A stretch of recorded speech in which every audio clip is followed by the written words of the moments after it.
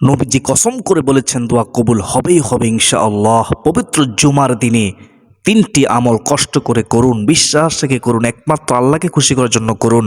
নবীজি প্রেম, ভালোবাসা, মহব্বত অন্তর রেখে করুন। একজনে ফলাফল পেয়েছে, আপনিও ফলাফল পাবেন ইনশাআল্লাহ। এই তিনটি আমল এতই দামি আমল, এতই শক্তিশালী আমল, পরীক্ষিত আমল, যে হাজত নিয়ে, যে ইচ্ছা নিয়ে এই তিনটি আমল করবেন, মহান আল্লাহ তাআলা সে হাজত, সে ইচ্ছা পূরণ করবেন ইনশাআল্লাহ। আপনার জীবনের সমস্ত গুনাহ মাফ হবে, দোয়া ও আশা পূরণ হবে, দুঃখ কষ্ট পেরেশানি হতাশা দূর হবে ইনশাআল্লাহ।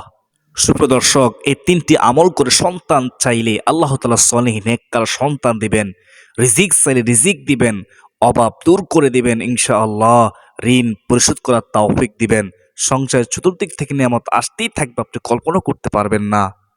প্রিয় দর্শক, সর্বোপরি কথা হলো আপনি যা চাইবেন এই তিনটি আমল করে তাই পাবেন ইনশাআল্লাহ। ওই নারী কতই না ভাগ্যবতী নারী, ওই পুরুষ কতই না ভাগ্যবান, যে নারী, যে পুরুষ জুমার দিনে অযথা সময় নষ্ট না করে পবিত্র জুমার দিনে এই তিনটি আমল করবে। আর প্রিয় দর্শক, ওই নারী, ওই পুরুষ কতই না হতবাগা কপাল পোড়া, যে জুমার দিনে অযথা সময় নষ্ট করে, শয়তানের দোকায় পড়ে জুমার দিনের বরকত থেকে দূরে সরে থাকে। আল্লাহ তাআলা সবাইকে বোঝার তৌফিক দান করুন, সকলে বলি আমিন। আমাদেরও বিশ্বাস, যদি আপনি আমল করাকে পছন্দ করে থাকেন, যদি আপনি চান আল্লাহ তাআলা আপনার সকল দুঃখ কষ্ট পেরেশানি হতাশা দূর করে দিক, তাহলে আমলটি করবেন ইনশাআল্লাহ। মূল আলোচনায় যাওয়ার পূর্বে চলুন একটু প্রার্থনা করে নেই। হে মহান দয়ালু প্রেময় আল্লাহ, আপনি আপনার রহমান রহিম নামের উসিলায় আমাদের সকলে দুঃখ কষ্ট পেরেশানি হতাশা দূর করে দাও, অভাব দূর করে দাও, শয়তানের ওয়াসওয়াসা কুমন্ত্রণা থেকে হেফাজত করো, সকলে বলি আল্লাহুম্মা আমিন। প্রিয় দিনী ভাই ও বোনেরা, আমি তিনটি আমলের কথা বলবো, তার আগে কষ্ট করে জুমার দিনের ফজিলত, জুমার দিনের গুরুত্ব সম্পর্কে নবীজি কি বলেছেন সংক্ষেপে বলতেছি, শুনুন মনোযোগ দিয়ে। ইসলামের দৃষ্টিতে পবিত্র জুমা ও জুমাবারের রাত দিন অপরিসীম গুরুত্বপূর্ণ। জুমার দিনকে সাপ্তাহিক ঈদের দিন বলা হয়েছে। জুমার দিনের সওয়াব ও মর্যাদা ঈদুল ফিতর ও ঈদুল আজহার মতোই এদিন ইসলামী ইতিহাসে বড় বড় ও মহৎ কিছু ঘটনা ঘটেছে। জুমার গুরুত্ব আল্লাহ তাআলার কাছে এত বেশি যে কুরআনুল কারীমে জুমার নামে একটি স্বতন্ত্র সূরা আল্লাহ তাআলা নাজিল করেছেন, নাজিল করা হয়েছে। সুবহানাল্লাহ। মহান আল্লাহ তাআলা কুরআনুল কারীমে ইরশাদ করেন, হে মুমিনগণ, জুমার দিন যখন নামাজের আহ্বান জানানো হয়, তখন তোমরা আল্লাহর স্মরণে মসজিদে এগিয়ে যাও এবং বেচা কেনা দুনিয়াবি যাবতীয় কাজকর্ম ছেড়ে দাও।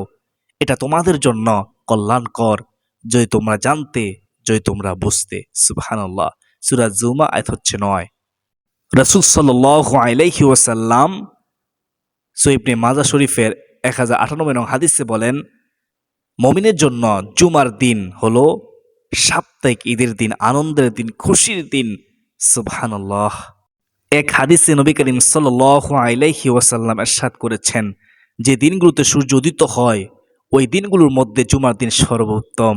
ওই দিন হযরত আদম আলাইহিস সালামকে সৃষ্টি করা হয়েছে, ওই দিন তাকে জান্নাতে প্রবেশ করানো হয় এবং ওই দিনে তাকে জান্নাত থেকে বের করে দেওয়া হয়, আর ওই দিনে কিয়ামত অনুষ্ঠিত হবে। মুসলিম শরীফের হাদিস, হাদিস নম্বর হচ্ছে 854। সুবহানাল্লাহ।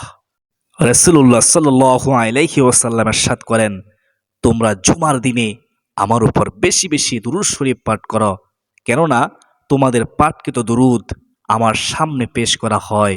সুবহানাল্লাহ।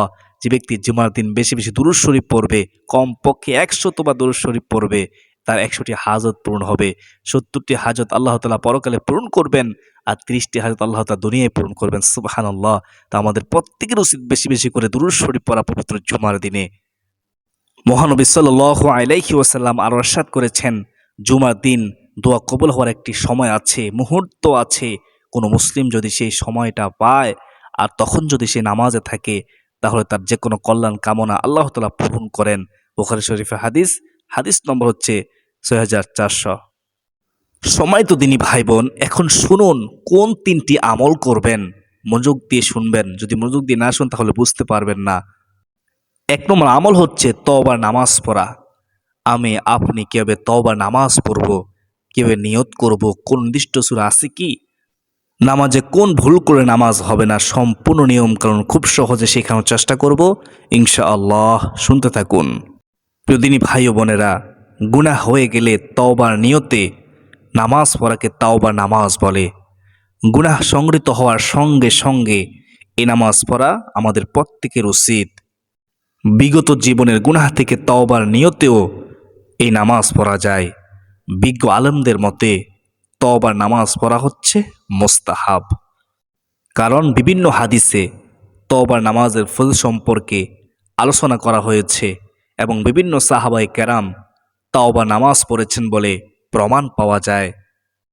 আসমা ইবনুল হাকাম রহমতুল্লাহি আলাইহি থেকে বর্ণিত, তিনি বলেন, আমি হযরত আলী রাদিয়াল্লাহু তাআলা আনহুকে বলতে শুনেছি, তিনি বলেন, আবু বকর রাদিয়াল্লাহু তাআলা আনহু আমাকে একটি হাদিস বর্ণনা করেছেন এবং তিনি সত্যই বলেছেন, সঠিক বর্ণনা করেছেন। তিনি বলেন, আমি রাসূলুল্লাহ সাল্লাল্লাহু আলাইহি ওয়াসাল্লামকে বলতে শুনেছি, যখন কোনো বান্দা কোনো ধরনের গুনাহ করে তারপর উত্তম রূপে ওযু করে দাঁড়িয়ে কিবলামুখী হয়ে 2 রাকাত নামাজ আদায় করে, আল্লাহ তাআলাকে সন্তুষ্টি করার জন্য 2 রাকাত নামাজ আদায় করে এবং আল্লাহর কাছে গুনাহের জন্য ক্ষমা প্রার্থনা করে, তওবা করে ফিরে আসে, নিশ্চয়ই আল্লাহ তাআলা তাকে ক্ষমা করেন। রাহমাতুল আলামিন নবীজি বলেন, আল্লাহ তাকে মাফ করে দেন। তার চোখের গুনাহ, পায়ের গুনাহ, জবানের গুনাহ, সর্ব অঙ্গ প্রত্যঙ্গের গুনাহ আল্লাহ তাআলা মাফ করে দেন। সুবহানাল্লাহ, সে নিষ্পাপ হয়ে যায়। তওবার নামাজ এতই দামি নামাজ। আবু দাউদ শরীফ হাদিস নম্বর হচ্ছে 1521 নম্বর হাদিস। আমাদের উচিত কখনো গুনাহ সংগৃহীত হয়ে গেলে যত দ্রুত সম্ভব মহান আল্লাহর কাছে তওবা করা। আর এর একটি উত্তম পদ্ধতি হলো উত্তম রূপে ওযু করে 2 রাকাত নামাজ পড়ে তওবা করা, অর্থাৎ তওবার নামাজ পড়া। প্রিয় দর্শক, তওবা করার সময়সীমা 3 মুহূর্ত আসার আগ পর্যন্ত মহান আল্লাহ তার বান্দার তওবা কবুল করেন, কিন্তু এরপর আর তওবা কবুল করা হয় না। সে 3টি মুহূর্ত কি? সে 3টি মুহূর্ত আমি বলতেছি, শুনুন। 1 নম্বর হলো মৃত্যু আসার আগ পর্যন্ত, সূরা নিসা আয়াত হচ্ছে 18। 2 নম্বর হচ্ছে আযাব চলে আসার আগ পর্যন্ত, সূরা মুমিন আয়াত হচ্ছে 85। 3 নম্বরে পশ্চিম আকাশে সূর্যোদয় হওয়ার আগ পর্যন্ত, সহিহ মুসলিম শরীফ হাদিস, হাদিস নম্বর হচ্ছে 6754। প্রিয় দিনদার মুসলমান ভাই ও বোনেরা, তওবা নামাজ পড়ার নিয়ম, তওবার নামাজের পদ্ধতি উপরে উল্লেখিত আবু বকর রাদিয়াল্লাহু তাআলা আনহু এর হাদিস স্পষ্ট বর্ণিত আছে। প্রথমে উত্তম রূপে ওযু করতে হবে, তারপর একাগ্র চিত্তে মনোযোগ সহকারে একনিষ্ঠতার সঙ্গে আল্লাহ তাআলা খুশি করার জন্য নফল নামাজের মতো 2 রাকাত নামাজ পড়বে। প্রিয় দর্শক, তওবার নামাজের জন্য নির্দিষ্ট কোনো সূরা নেই, তাই যে কোনো সূরা দিয়েই তওবার নামাজ পড়া যায়। আপনি চাইলে প্রতি রাকাতে সূরা ইখলাস 3 বার করেও পড়তে পারেন, অথবা যে কোনো সূরা দিয়েও পড়তে পারেন, নির্দিষ্ট কোনো সূরা নেই। এই নামাজের ওযু ও নামাজের মাঝখানে কোনো দুনিয়াবী কাজ বা কথা না বলা উত্তম। কারণ হাদিস শরীফে ইরশাদ হয়েছে, আল্লাহ রাসূল সাল্লাল্লাহু আলাইহি ওয়াসাল্লাম বলেছেন, যে ব্যক্তি আমার মতো এভাবে ওযু করবে অতঃপর 2 রাকাত নামাজ আদায় করবে এবং এর মাঝখানে দুনিয়ার কোনো খেয়াল করবে না, তার আগের গুনাহ ক্ষমা করে দেওয়া হবে, সে নিষ্পাপ হয়ে যাবে। সুবহানাল্লাহ। বুখারী শরীফের হাদিস, হাদিস নম্বর হচ্ছে 159। প্রিয় দর্শক, নামাজ শেষে আল্লাহর তাসবিহ পড়বেন, আল্লাহর প্রশংসা করবেন এবং ইস্তিগফার পরে মহান আল্লাহর কাছে দোয়া করবেন। এভাবে আপনি আমল করবেন। প্রথমে 100 বার সুবহানাল্লাহ, 100 বার আলহামদুলিল্লাহ এবং 100 বার আল্লাহু আকবার পড়বেন। তারপরে ইস্তিগফার, আস্তাগফিরুল্লাহ, আস্তাগফিরুল্লাহ, ছোট ইস্তিগফারটি 100 বার পড়বেন। তারপর তওবার দোয়াটি পড়বেন। তওবার শ্রেষ্ঠ দোয়া হলো সাইয়্যিদুল ইস্তিগফার, আল্লাহুম্মা আনতা রাব্বি লা ইলাহা ইল্লা আনতা খলাকতানি ওয়া আনা আবদুকা ওয়া আনা আলা আহদিকা ওয়া ওয়া'দিকা মাস্তাতা'তু আউযু বিকা মিন শাররি মা সানা'তু আবুউ লাকা বিনি'মাতিকা আলাইয়া ওয়া আবুউ বিযানবি ফাগফিরলি ফাইন্নাহু লা ইয়াগফিরুয যুনুবা ইল্লা আনত। উল্লেখ্য, কারো এই দোয়া মুখস্থ করা সম্ভব না হলে সে নিজের বাসায়ও মহান আল্লাহর কাছে কান্নাকাটি করে তওবা করতে পারবে ইনশাআল্লাহ। মহান আল্লাহ তাআলা ক্ষমা করে দিবেন, তিনি ক্ষমা করতে ভালোবাসেন। কোনো বান্দা যখন আল্লাহ তাআলার কাছে ক্ষমা চায় আল্লাহ তাকে ভালোবাসে, তাকে ভালোবেসে ক্ষমা করে দেয়। সুবহানাল্লাহ। আমরা তওবার নিয়ত করব এভাবে, আমি আল্লাহ তাআলাকে সন্তুষ্টি করার জন্য ২ রাকাত তওবার নামাজ পড়ার নিয়ত করলাম। এভাবে সহজে নিয়ত করবেন। যে কোনো সূরা দিয়ে পড়বেন, নির্দিষ্ট কোনো সূরা নেই। যদি পারেন তো সূরা ইখলাস প্রতি রাকাত ৩ বার করেও পড়তে পারেন। সম্মানিত দিনী ভাই বোন, এতক্ষণ পর্যন্ত আপনাদেরকে আমি গুনাহগার একটি আমল সম্পর্কে বলেছি। আপনারা এই ২ রাকাত তওবার নামাজ জুমার দিনে অথবা রাতে যখন সুযোগ পাবেন পড়ে নেবেন। আশা করি সকলে বুঝতে পেরেছেন। আলহামদুলিল্লাহ।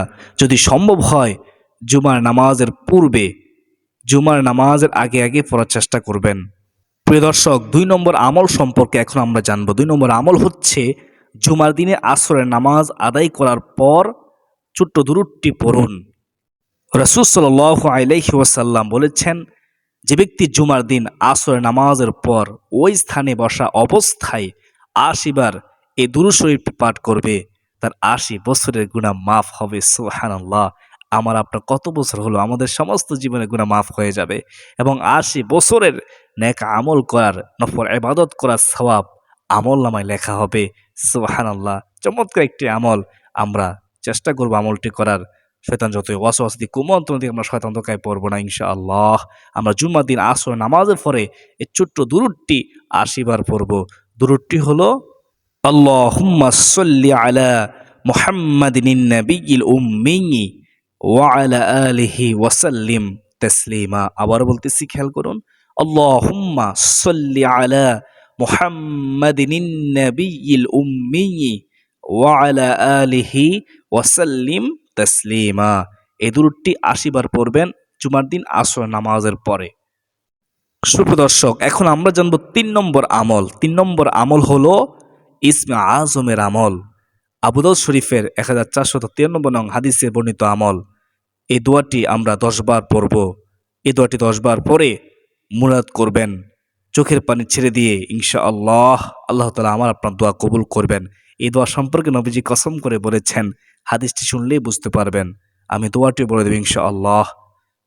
হযরত বুরাইদা রাদিয়াল্লাহু তাআলা আনহু থেকে বর্ণিত, রাসূলুল্লাহ সাল্লাল্লাহু আলাইহি ওয়াসাল্লাম এক ব্যক্তির মুখে এটা বলতে শুনেছেন যে, আল্লাহুম্মা ইন্নী আসআলুকা বিআন্নী আশহাদু আন্নাকা আনতাল্লাহু লা ইলাহা ইল্লা আনতাল আহাদুস সামাদুল্লাযী লাম ইয়ালিদ ওয়া লাম ইউলাদ ওয়া লাম ইয়াকুল লাহু কুফুয়ান আহাদ।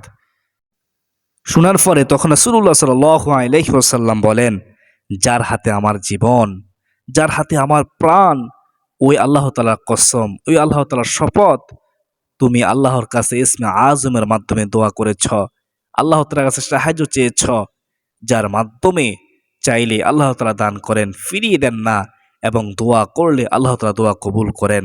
সুবহানাল্লাহ, সুবহানাল্লাহ। এত দামি হচ্ছে ইসমে আজমের আমল। আবু দাউদ শরীফ হাদিস নম্বর হচ্ছে 1493। আমি আর আপনাদের কেউ বলে আপনারা বুঝবেন, কেউ বলে আপনারা বিশ্বাস করবেন। বিশ্বাস রেখে এই জুমার দিনে ইসমে আজমটি পড়ুন। প্রিয়দিনী ভাই বোন, দোয়াটি আমি আরো একবার বলতেছি, মনোযোগ সহকারে শুনুন। আল্লাহুম্মা ইন্নী আসআলুকা বিআন্নী আশহাদু আন্নাকা আনতাল্লাহু লা ইলাহা ইল্লা আনতাল আহাদুস সামাদুল্লাযী লাম ইয়ালিদ ওয়া লাম ইউলাদ ওয়া লাম ইয়াকুল লাহু কুফুয়ান আহাদ। লাম ইয়ালিদ ওয়া লাম ইউলাদ ওয়া লাম ইয়াকুল লাহু কুফুয়ান আহাদ। আপনি স্ক্রিনশট দিয়ে আপনার কাছে রেখে দিন, দেখে দেখো আপনি এই দোয়াটি পড়তে পারেন। ১০ বার এই দোয়াটি পড়বেন। এটি ইসমে আজম। বিশ্বাস করুন, ইসমে আজমের মাধ্যমে দোয়া করলে আল্লাহ কখনো দোয়া ফিরিয়ে দেন না। রিজিক চাইলে রিজিক দিবেন, সন্তান চাইলে সন্তান দিবেন, অভাব থেকে মুক্তি চাইলে অভাব থেকে মুক্তি পাবেন, দুঃখ কষ্ট পেরেশানি থেকে মুক্তি চাইলে দুঃখ কষ্ট পেরেশানি থেকে মুক্তি পাবেন। ইনশাআল্লাহ আপনি যা চাইবেন তাই পাবেন। ইসমে আজমের আমল কখনো বৃথা যায় না। আল্লাহ তাআলা আমাদের সকলকে জুমার দিনে আমল করে, জুমার দিনে ২ রাকাত তওবার নামাজ পড়ে, জুমার দিনে আসরের পরে এই দুরূদ শরীফটি ৮০ বার পড়ার এবং ইসমে আজমটি ১০ বার পরে আল্লাহর কাছে সাহায্য চাওয়ার তৌফিক দান করুন। সকলে বলি আল্লাহুম্মা আমিন। আমি আশা করি যেহেতু আজকের ভিডিওটা অত্যন্ত গুরুত্বপূর্ণ, তাই ভিডিওটি শেয়ার করে দিবেন ইনশাআল্লাহ। আল্লাহ খুশি হবে, আল্লাহ রাসূল সাল্লাল্লাহু আলাইহি ওয়াসাল্লাম খুশি হবে, সবাই শিখতে পারবে, আমলটি করতে পারবে।